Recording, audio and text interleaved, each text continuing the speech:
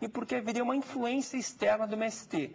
Ou seja, os pais não têm direito de escolher aonde querem que seus filhos estudem, porque você sabe, qualquer escola tem uma visão ideológica ou um princípio pedagógico educativo. As escolas do MST, por exemplo, e o dossiê critica, são fundamentadas na pedagogia de Paulo Freire, né? Na pedagogia do oprimido.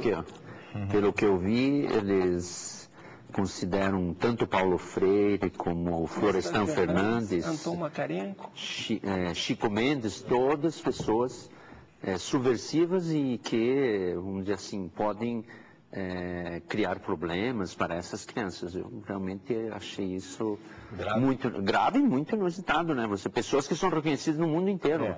Paulo Freire, vamos dizer assim, é talvez o brasileiro mais conhecido no mundo inteiro. Depois do Paulo Coelho.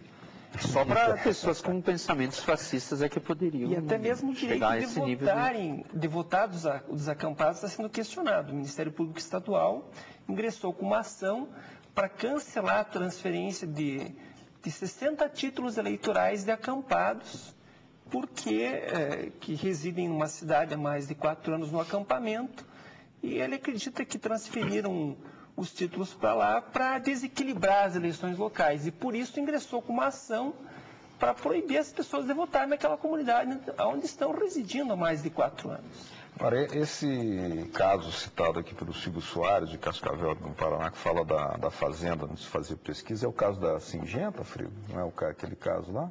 Não. Porque aí havia uma ilegalidade, porque há uma lei e se faziam pesquisas de forma inadequada. Na verdade, não pesquisas científicas, eram outras experiências. Podia explicar isso melhor? Bom, nós temos no Paraná 2 casos em que os trabalhadores ocuparam áreas de multinacionais, uma da Monsanto e outra da Singenta, exatamente porque essas empresas faziam experimentos de forma ilegal nesses locais. Em Ponta Grossa aconteceu isso e há 2 anos atrás nós denunciamos ao IBAMA que havia experimentos ilegais no entorno do parque, na chamada zona de amortecimento, a lei que autorizou os transgênicos no país, criou uma zona de amortecimento de 10 quilômetros. E contam que essa história dos 10 quilômetros foi uma reivindicação da ministra Marina Silva, no momento em que deu-se a legalização daquele grande crime de contrabando dos transgênicos do Rio Grande do Sul. E que ali o Ministério Público Estadual não investigou o contrabando da semente de soja e nem acusou de ser um crime contra a segurança nacional do Estado, porque ali houve biopirataria.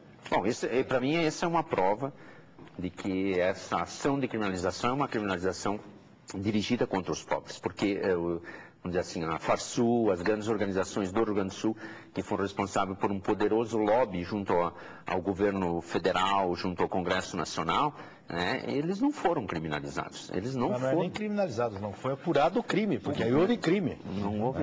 Ali houve crime, claro. Não há crime, inventa-se um crime, né? No caso da Singenta, a Singenta foi multada R$1 milhão pelo IBAMA depois de feita a fiscalização de que ali havia experimento ilegal. Comprovou-se e depois judicialmente também foi mantida essa multa e vamos dizer assim, até hoje a Singenta não pagou. Apesar de haver... Aliás, a fazenda foi desapropriada pelo governador e depois... por estar na ilegalidade. Para transformar aquela área num centro de agroecologia. O decreto foi... E são casos diferentes, então, que nós estamos... São casos, não só são casos diferentes, são casos bem diferentes.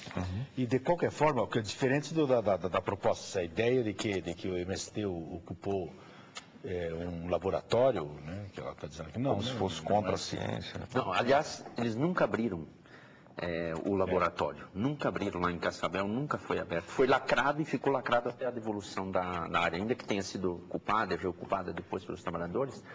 E depois aconteceu aquele grave crime, o assassinato, o ataque de milícias privadas, que, aliás... Foi executado Queno, né? Sim.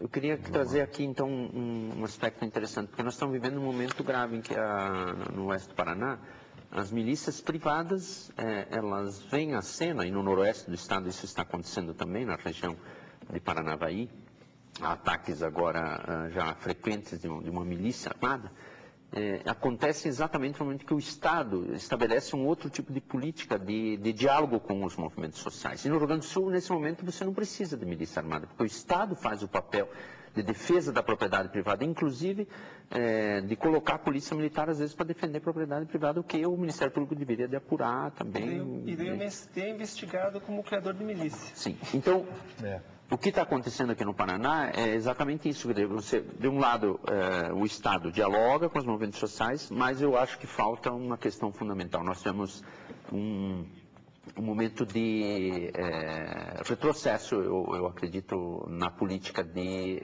assentamentos no país. Nós precisaremos retomar com mais força a política de reforma agrária. Agora, existe um centro nesse momento onde esse processo de criminalização e o retrocesso de garantias, de direitos que estavam consagrados na Constituição, que é o Congresso Nacional, que articula uma série de medidas contrárias à reforma agrária e não permite, nesse momento, nenhuma medida nova, inclusive de regulamentar aquilo que está escrito na Constituição, como a função social e outras coisas. E o governo, em função da pressão da bancada ruralista, não edita os índices de produtividade, que para a região sul do Brasil seriam essenciais para fazer a reforma agrária. Então veja que nós estamos numa situação em que, no Rio Grande do Sul, o próprio Ministério Público, o Judiciário, parcelas dessas instituições trabalham num processo de criminalização dos pobres, que reivindicam aquilo que está escrito na Constituição, aquilo que foi pactuado na Constituição, e aqui no Paraná, em outros estados brasileiros, as milícias privadas que acabam vindo à tona, atuando, porque você não tem aquilo que é central, que é o assentamento das famílias, para você poder aí garantir os direitos desses trabalhadores. Só que, talvez seja necessário também colocar o contraste que há de métodos utilizados de Estado para Estado, né? Claro que a reforma agrária tem um ritmo que nós conhecemos, ela é bastante lenta hoje no Brasil, mas uma coisa é um Estado onde há uma associação com as escolas itinerantes, por exemplo, né, do MST. Aqui, pelo que eu conheço, a informação, o governo do Estado tem uma política de parceria com as escolas itinerantes do MST. Ou seja, ao invés da repressão, você oferece oportunidades para a educação, para que haja algum